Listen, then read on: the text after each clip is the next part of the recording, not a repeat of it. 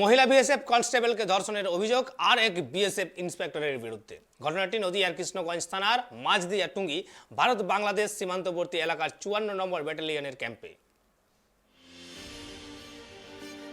নদিয়ার কৃষ্ণগঞ্জ থানার অন্তর্গত 54 নম্বর ব্যাটালিয়নের এক মহিলা বিএসএফ জওয়ান কর্মীকে উচ্চপদের প্রলোভন দেখিয়ে ধর্ষণের অভিযোগ উঠল বিএসএফের এক কমান্ডারের বিরুদ্ধে। ঘটনাটি ঘটেছে নদিয়ার কৃষ্ণগঞ্জ থানার মাঝদিয়া টুঙ্গি ভারত বাংলাদেশের সীমান্তবর্তী এলাকায় 54 নম্বর ব্যাটালিয়নের ক্যাম্পে।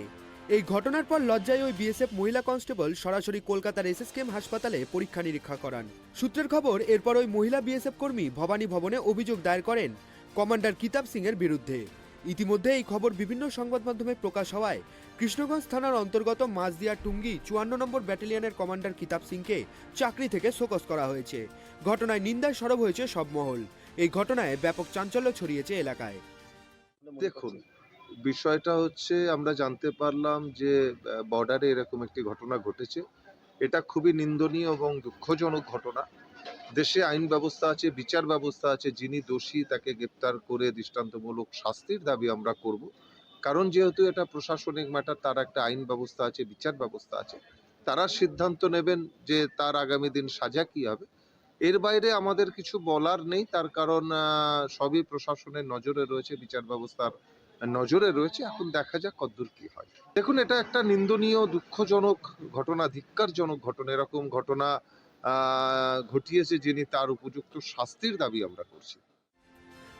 স্থানীয় শুভবুদ্ধি সম্পন্ন মানুষজনদের কথায়, যারা দেশের সীমান্তে আমাদের প্রতিনিয়ত সুরক্ষা দেন, তারাই যদি রক্ষক হয়ে ভক্ষকের ভূমিকা পালন করেন, তাহলে আমাদের নিরাপত্তা কে দেবে? এই নিয়েই উঠছে প্রশ্ন। বিষয় হচ্ছে যে গোটা দেশেই এই সময়কালে যে দুটো সরকার চলছে, মানে দেশে এবং রাজ্যে, গোটা দেশেই আইন শৃঙ্খলার পরিস্থিতি ক্রমশ হচ্ছে খারাপের দিকে যাচ্ছে। এবং নারী নির্যাতন এই সময়কালে সারা ভারতবর্ষে চরম আকারে যেরকম বেড়েছে, তার মধ্যে প্রথম স্থান পশ্চিমবাংলা, দ্বিতীয় স্থান উত্তরপ্রদেশ, তৃণমূল এবং বিজেপি পরিচালিত দুটো সরকার চলছে এবং গোটা দেশে একই অবস্থা। আমাদের রাজ্য এই সময়কালে একাধিক ধর্ষণ মামলা এবং সরকারের ভূমিকা হচ্ছে ধর্ষকদের পক্ষে।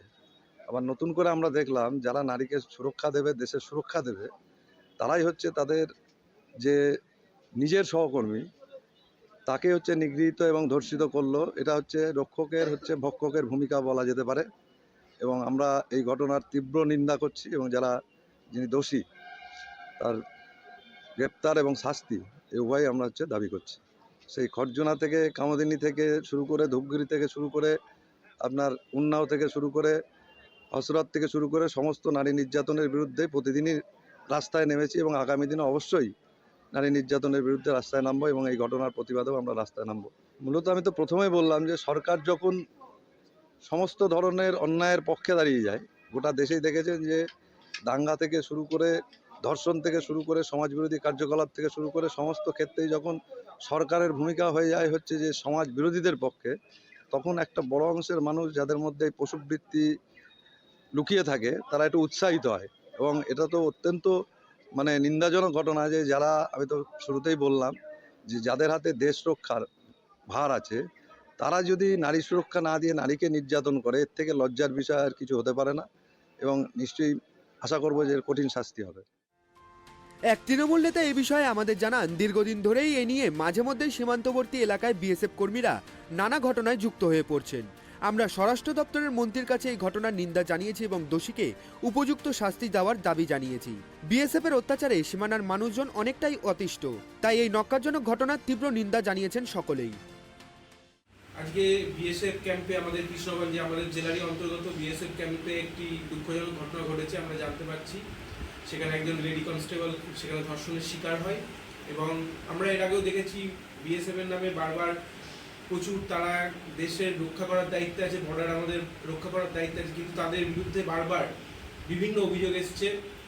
তারা যে মন্ত্রণালয়ের অধীন, অমিত শাহ সেই মন্ত্রী, সেই দপ্তরে আমরা তার কাছে প্রশ্ন করতে চাই যে বিএসএফ এর বিরুদ্ধে এইসব অভিযোগ একের দিনের পর দিন উঠছে, আপনি তার বিরুদ্ধে কি ব্যবস্থা নিয়েছেন? এবং এই যে ন্যক্কারজনক ঘটনা, শুধু আজকের ঘটনা নয়, আরও বিভিন্ন ঘটনায় আমরাও বারবার বলেছি বিএসএফ এর অত্যাচার কিছু কিছু জায়গায় অসহনীয় হয়ে যাচ্ছে। তাই বলে সব বিএসএফ খারাপ না, কিন্তু কিছু কিছু বিএসএফ এর এই যে আচরণ, তার জন্য আমরা তীব্র ধিক্কার জানাচ্ছি। আমাদের কুণাল ঘোষ আমাদের নেতা, তিনি টুইট করে জানিয়েছেন আমাদের দলের বক্তব্য। তো এই দুঃখজনক ঘটনা আমরা ভীষণভাবে কন্ডেম করছি। স্থানীয় এক অভিজ্ঞ বিশিষ্ট ব্যক্তি জানান, তৃণমূল এবং বিজেপি একই। যারা নারীকে সুরক্ষা দেবে তারা তাদের নিজেদের সহকর্মীকে ধর্ষণ করবে, এটা ভাষায় প্রকাশ করা যায় না। আজ নির্যাতিতা ওই বিএসএফ মহিলা কর্মীকে কৃষ্ণনগর আদালতে পেশ করা হয়। এখন আদালত কি রায় দেয় সেদিকেই তাকিয়ে আমজনতা। নিন্দায় সরব রাজনৈতিক মহল থেকে সব মহল।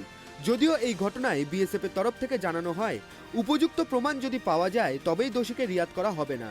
উপরন্তু তার উপর আদালতের বিচারের পাশাপাশি বিএসএফ এর তরফ থেকেও কঠোর এবং কঠোরতম শাস্তি নেওয়া হবে, এমনটাই জানিয়েছেন বিএসএফ এর নদিয়া জেলা ডিআইজি সঞ্জয় কুমার সিং। নদিয়া থেকে কমল দত্তের রিপোর্ট, ট্রাইব টিভি।